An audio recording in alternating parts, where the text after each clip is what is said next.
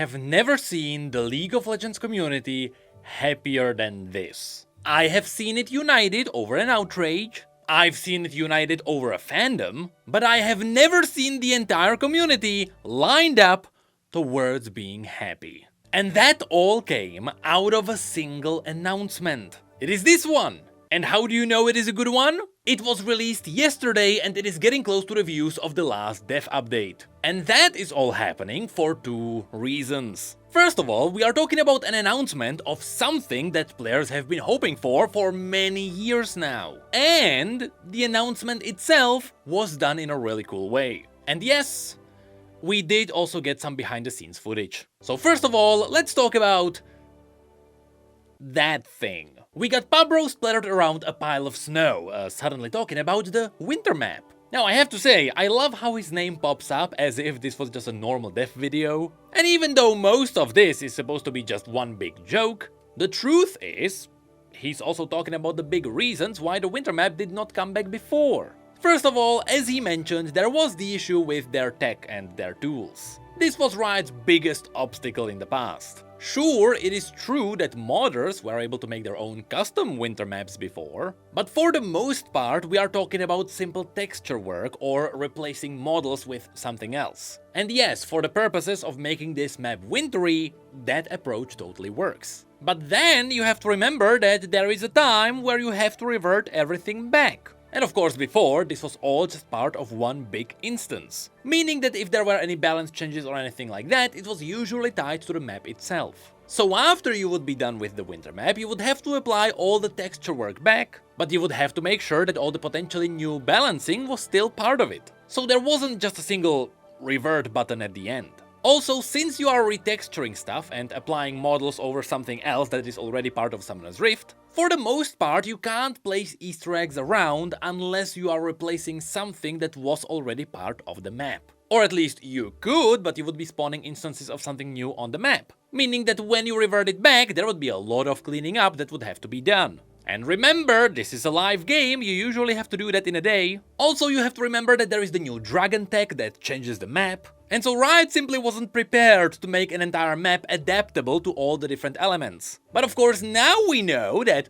over the years, Riot managed to fix these issues. And now we are frequently getting new maps that work. And that is most likely, at least to my understanding, because the new maps are treated as new instances. Or in other words, think of the new maps as separate game modes. Which means you can always just activate the old one without everything blowing up. I mean, under the hood, this is how ARAM now chooses the different maps. Now after this, Pabro also mentioned that simply hand-painting everything would be a lot of work, which is where we should point out that for the longest time, League didn't really have environment artists. Most people were always focusing on champions and skins, and that is if they were not outsourced. But now, the League team can potentially borrow people from the TFT team. I don't know if that is what really happened. I mean, internally, League is now making its own maps, so it is safe to assume that Riot has it covered. And after that, Pablo also mentioned that there were issues with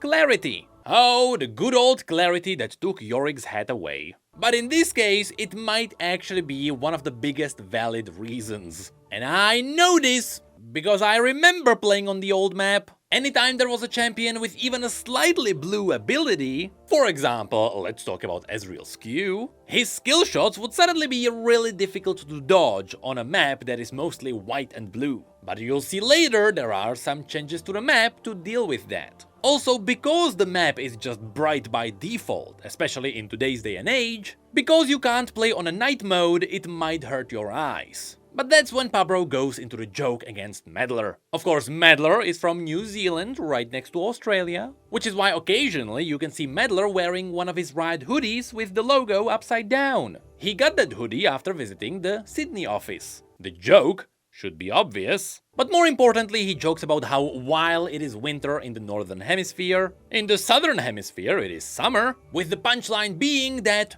because the players asked for it, the winter map is back. And so during the winter 2025 and the summer 2025 somewhere else, it is winter everywhere on Summoner's Rift. And that is where we get some teaser footage. So right under our noses, we'll have a cool Poro train just roaming around a Christmas village. Of course, that entire thing is our Nexus. And here you can see how Riot took an inspiration from the Winter Wanderer skin line. Specifically, you can see how the snowflake here is directly related to the entire theme of the skins. But you may also notice that the turrets and the inhibitors are not different. And this could be for one obvious reason. You see, simply repainting textures is not that bad if you don't have to deal with changing models. And in this case, the models are exactly the same. Meaning that for this purpose, to make a quick change for a map, Riot would be focusing on the changes around the environment in the middle of the map. Meaning that you'll see some cool details around, but the models around the base might be the same. But also, because this means that the base layout of the map is now done, should this map potentially come back in the future, it could mean that there might be some extra changes added on top of this. I mean, it would be cool if the turrets held like a candy cane or something, but then we get a quick zoomed out shot where you can start noticing some of the Easter eggs. But first, although this is a winter map, you can see it is not exactly just white that would be burning your eyes. You can see Riot tried to make it more dark grey and dark blue. And this is to give you the same contrast for when an ability appears on top of this. This is why the winter map feels more icy and less snowy. Also, the lights around the braziers help a lot.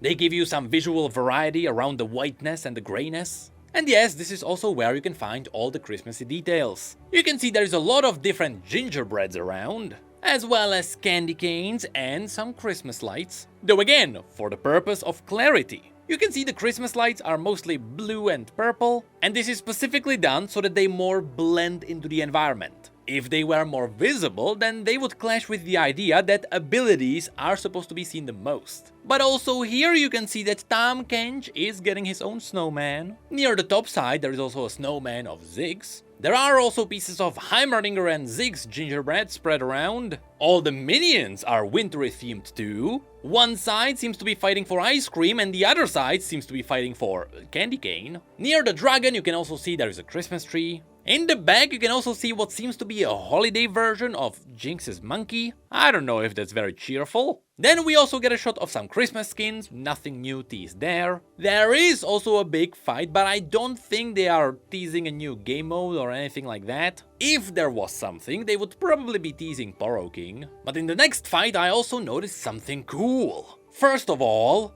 the frog has a hat. Also, the Poro is enjoying nice hot chocolate. And the Pengu is not Pengu at all. I believe that is the penguin from Valorant. And yes, there is an Urgot snowman. If you don't know what this is a reference to, are you even a League of Legends fan? But next we can see that the dragon that is likely flying around the background of the Summoner's Rift was turned into a Poro train. And yes, even Baron has a new appearance. And this is a really cool reference, because the Christmas Baron was the first time Riot ever gave him a special look. And sure, that first skin was simply Baron with a hat, but I'm happy to see that the new Baron also has the same hat, and he also has ear protection, mittens and a scarf. And that is where the sentence we have been waiting for 7 years now pops up. Winter map is back. And this is what really blew up on the internet. It seemingly doesn't matter who you are. A current pro, a former pro, a hard grinder or a casual player. Everyone rejoiced at the news that the winter map is coming back. And somehow, despite the fact that game modes are now a frequent occurrence, or the fact that minigames are now part of every season, or the fact that we are getting more comics and cinematics than ever before. No, somehow, the point where the community got really happy that Riot is finally listening is when the winter map came back. This was the point. The community finally became happy. And I'm not gonna lie, this could be because of how this was revealed. You see, apparently Riot ordered 3 tons of snow to be delivered to their headquarters, which explains why the snow was so crunchy. I don't think it was very good at handling the heat. And apparently writers were not allowed to play with it until they were done filming. And so what happened with the snow after that, we don't know. I'm surprised I didn't see a single picture of like a snowman or something like that. Don't tell me the riders just let it melt away. But well, that is the current situation that League of Legends got itself into. Sure, worlds are happening and people are freaking out at those shenanigans, but at the same time, after pumping out great lore and after pumping out some great skins, they also listened to people about the winter map, which unfortunately, yes, that one also leaked through data mining. But more importantly, well, now it kinda makes sense why Season 3 didn't have its own map. Was it because of worlds after all? I mean, it would be funny to see all the pro plays happen next to that.